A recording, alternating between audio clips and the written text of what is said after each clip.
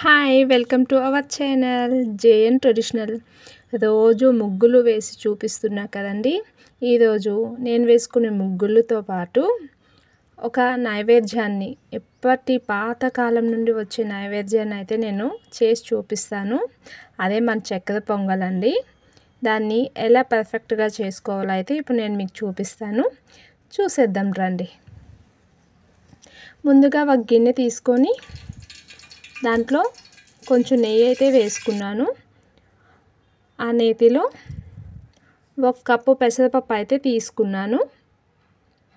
ఈ పెసరపప్పుని బాగా ఫ్రై చేసుకుంటున్నానండి. మనకి బ్రౌన్ కలర్లో వచ్చే వరకు ఈ పెసరపప్పును అయితే ఫ్రై చేసుకోవాలి.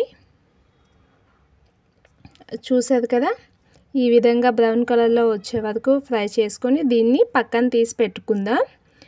లేదు అంటే కొంచెం మాడిపోయే అవకాశం ఉంటుంది. అదే గిన్నెలో కొన్ని వాటర్ అయితే పోసుకుంటున్నాను.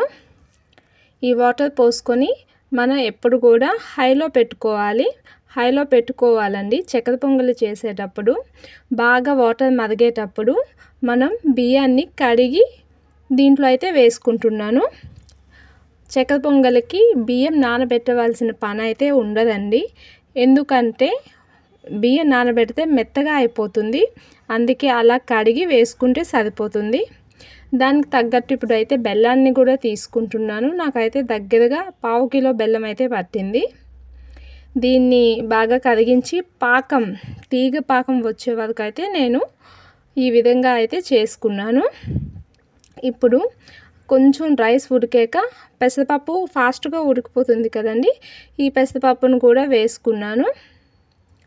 చూడండి, ఎప్పుడు కూడా హైలోనే పెట్టి నేనైతే చేసుకుంటున్నాను.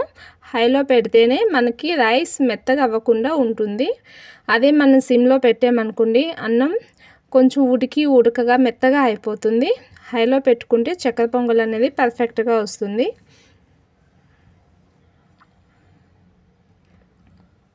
చూడండి, ఈ విధంగా అయితే రైస్ అయితే దగ్గరగా అయిపోతుంది.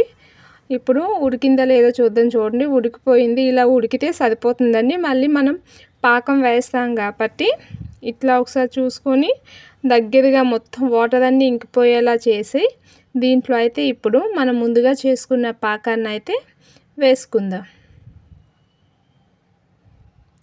మీరు తినే స్వీట్ బట్టి చేసుకోవచ్చండి. నాకైతే ఈ స్వీట్ సరిపోతుంది.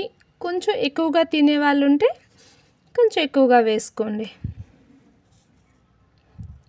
ఇంకో ఈ విధంగా అయితే ఈ పాకాన్ని మనం బౌల్లో వేసుకొని రైస్కి పట్టించేలాగా అయితే బాగా కలుపుకోవాలి. ఇంతవరకు ఎవరైనా నా ఛానల్ని సబ్స్క్రైబ్ చేసుకోకపోతే సబ్స్క్రైబ్ అయితే చేసుకోండి. అలాగే ఈ వీడియో మీకు నచ్చితే ఒక లైక్ చేయండి. ఎవరికైనా యూజ్ అవుతుంది, నైవేద్యంగా చేసుకోవడానికి అనిపిస్తే వాళ్ళకైతే షేర్ చేయండి. అలానే మీ సపోర్ట్ అయితే నాకు చాలా అవసరం. అందుకే నన్ను అయితే సపోర్ట్ చేయండి. ఇదిగో ఈ విధంగా మనం పాకాన్ని రైస్ మొత్తానికి అయితే పట్టించుకోవాలి. ఇది కొంచెం పట్టేలోపు మనమైతే ఒక చిన్న ప్యాన్ పెట్టుకొని దాంట్లో కొంచెం నెయ్యి వేసుకొని మన కాజు, బాదం, అలానే ఎండు కొబ్బరి ముక్కలు, చక్కెర పొంగల్లో ఎండు కొబ్బరి ముక్కలు చాలా బాగుంటుందండి. వాటిని నేతిలో వేయించుకోవడం వల్ల ఆ ఫ్లేవర్ కూడా మనకి చక్కెర పొంగల్లో బాగా తెలుస్తుంది. మీరైతే ట్రై చేయండి. మీకు కావాలంటే కిస్మిస్, పిస్తా ఏవైనా వేసుకోవచ్చు. నాకు అవైలబుల్గా ఉన్నవి వేసుకుంటున్నాను. కొబ్బరి ముక్కలు అయితే చాలా బాగుంటాయండి. ఒకసారి అయితే మీరు ట్రై చేయండి. ఈ విధంగా అయితే పాకం మొత్తం పట్టుకుంది. చూడండి, అడుగు కూడా ఏం మారలేదు, మీకు కనిపిస్తుంది కదా.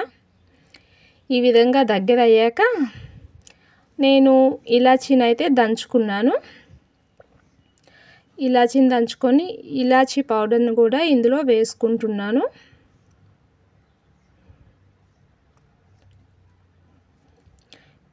తర్వాత రోస్ట్ చేసుకున్న డ్రై ఫ్రూట్స్ విత్ నెయ్యితో పాటు వేసుకుంటున్నాను. మీకు ఇంకా కావాలనిపిస్తే ఇంకొంచెం నెయ్యి వేసుకోవచ్చు. మీకు అవైలబుల్ ఉంటే పచ్చకర్పూరం కూడా వేసుకోవచ్చు అండి. ట్రెడిషనల్ ఫ్లేవర్ అయితే వస్తుంది. ఇగో ఈ విధంగా మనం చేసుకుంటే పర్ఫెక్ట్గా చక్కెర పొంగల్ అయితే రెడీ అయిపోతుంది. చాలా బాగుంటుందండి. మీరైతే కంపల్సరీ ఏ ఫెస్టివల్కైనా చక్కెర పొంగలి ఈజీగా ఫాస్ట్గా చేసుకోవచ్చు.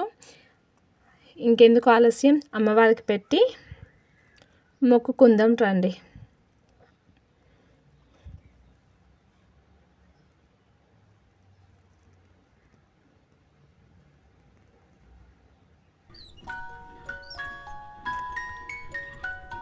ఇక అమ్మవారికి నైవేద్యం సమర్పించి మంచిగా మొక్కుకున్నానండి. మీరు కూడా ఈ నైవేద్యాన్ని చేసి ఒకసారి అయితే ట్రై చేయండి. ఇంకా అమ్మవారిని కూడా మొక్కుకుందాం రండి. శ్రీ మాతరాయ నమః.